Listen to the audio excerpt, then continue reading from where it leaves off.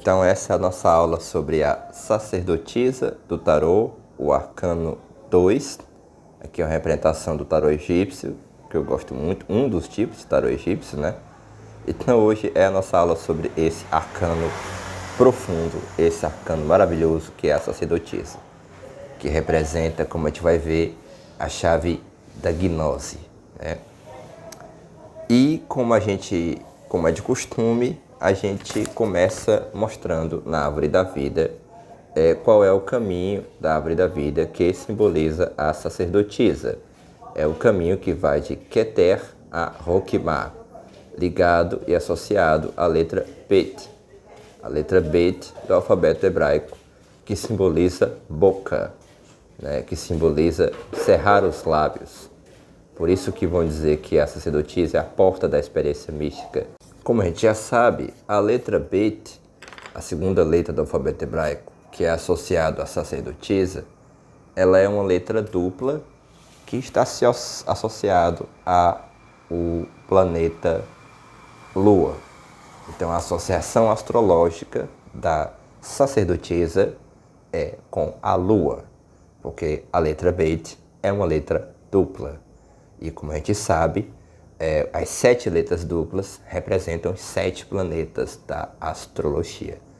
Então, ela está associada, né, ao caminho da árvore da vida, que liga Keter a Binah, como a gente viu, associado à letra Bet e associado ao planeta Lua.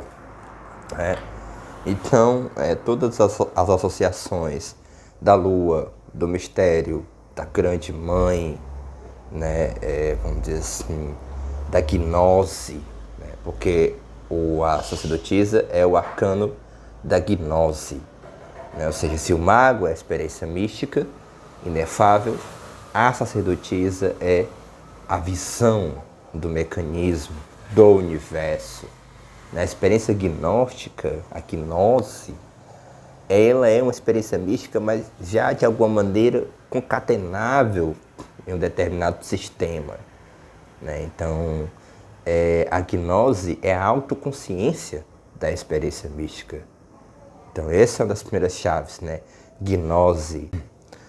E por sempre trazer essa chave da dualidade, por isso que ela é sempre representada entre duas colunas, para representar a chave do número 2, a chave metafísica da sacerdotisa é a chave da dualidade. Agora, que dualidade, né? Por que é necessário a dualidade?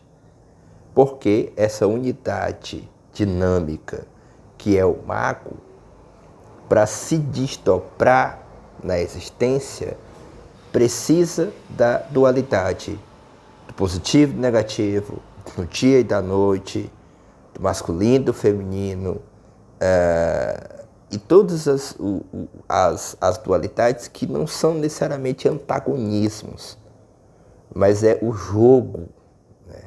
O jogo do bem e do mal, e essa vai ser a chave mais profunda da dualidade, que eu vou já falar sobre a questão do bem e do mal. Então, o que acontece? Então, para a gente ter uma ideia do que a gente está falando, vamos pensar aqui no mago, na sacerdotisa e na imperatriz, por exemplo. O mago é o número 1. O número 1 mais o número 2, que é a sacerdotisa, dá igual ao número 3, que é a imperatriz. Ora, o que é essa chave? Essa chave está dizendo o quê? Que a unidade dinâmica, que é o mago, o número 1, quando se manifesta através da dualidade, o número 2, a sacerdotisa, se desdobra na natureza, nessa magia sagrada que é a natureza, que no caso é a imperatriz. Então, o que é a natureza? A imperatriz, ela é a unidade dinâmica do mago, desdobrada na dualidade, que é manifesta na sacerdotisa. Então, sem a dualidade, a consciência não pode se manifestar, porque a consciência é justamente esse impulso de expansão e contração, né? Ou seja, o meio desse impulso de expansão e contração, mais uma vez aqui a dualidade, vai gerar a consciência, né? A consciência como produto, né, dessa polaridade, né? Não é à toa que os horários de 6 da manhã e 6 da tarde, da noite, são horários profundos, são horários místicos, porque são transição entre a noite e o dia. Então são horários de consciência, são horários de surgimento da consciência. Né? Não sei se vocês sabiam disso. Isso é uma chave interessante da sacerdotisa. E o que seria essa chave do bem e do mal? Seria o seguinte, quando você tem uma experiência da gnose, você entende o processo do mal na existência, o papel do antagonismo, né, para mover, para causar essa dialética, ou seja, toda essa questão da dualidade do bem e do mal, ela só existe porque nós estamos no plano da dualidade. E não é à toa que a sacerdotisa, o número 2, né, que essa dualidade vai se realizar, ou seja, o 4, o imperador, realização, no sacerdote, que é o 6, que é a questão do livre-arbítrio, como a gente vai ver lá na frente, quando chegar no sacerdote, não, desculpa, quando ele chegar no enamorado, que é o número 6. Então, recapitulando para você entender, a dualidade da sacerdotisa, quando se manifesta no plano da matéria, do quaternário, do imperador, o número 4, vai gerar o processo do livre-arbítrio, que é o número 6, que é o enamorado. Então, o que é o livre-arbítrio? Número 6. O livre-arbítrio é a manifestação no quaternário da natureza, que é o imperador, dessa dualidade metafísica fundamental que é simbolizado pela sacerdotisa. Então, o bem é a providência divina, né? Que na medida em que a gente acessa, orienta a nossa conduta em direção às virtudes, a gente aciona o processo da providência. Mas quando a gente decresce, né? Ou seja, quando a gente se desvia dos propósitos superiores da nossa alma, a gente entra na roda do destino, na roda do karma, né? Então, não é à toa, por exemplo, que a justiça, que vai ser o arcano 8, a justiça da dualidade, ou seja, o arcano 8 do arcano 2, vai ser justamente essa roda do destino, que será o arcano 10. Né? Por isso que lá no arcano 10 tem um que sobe e um que desce, e a esfinge em cima. Para quem conhece o tarô sabe muito bem disso. Né? Ou seja, a chave da providência e das virtudes me eleva para cima. O desvio desse propósito originário me leva para baixo. Só que o jogo do bem e do mal é um jogo necessário para o processo do desenvolvimento da dialética que acontece no plano divino, no plano humano e no plano natural. Porque esses 3 planos estão em mútua correspondência analógica. Então, o mago, ele tem os elementos, os 4 elementos, ele vai trabalhar sobre os 4 elementos, mas quem vai ensinar ele a trabalhar sobre esses 4 elementos é a sacerdotisa, porque ela é que tem o livro da iniciação, que é o tarô, que é o livro de Hermes. Então, a sacerdotisa é que vai trazer o código, que vai trazer a doutrina, né? Ou seja, essa doutrina secreta, essa Isis agora desvelada, mas que se desvela a partir de uma postura de cerrar os lábios, né? Ou seja, a postura do silêncio. Por isso que a palavra mística, que está associada ao mago, vem de mo, do grego, que é cerrar os lábios. Por isso que a sacerdotisa é a porta da experiência mística. Ou seja, a gnose como, vamos dizer assim, a porta do santuário, né?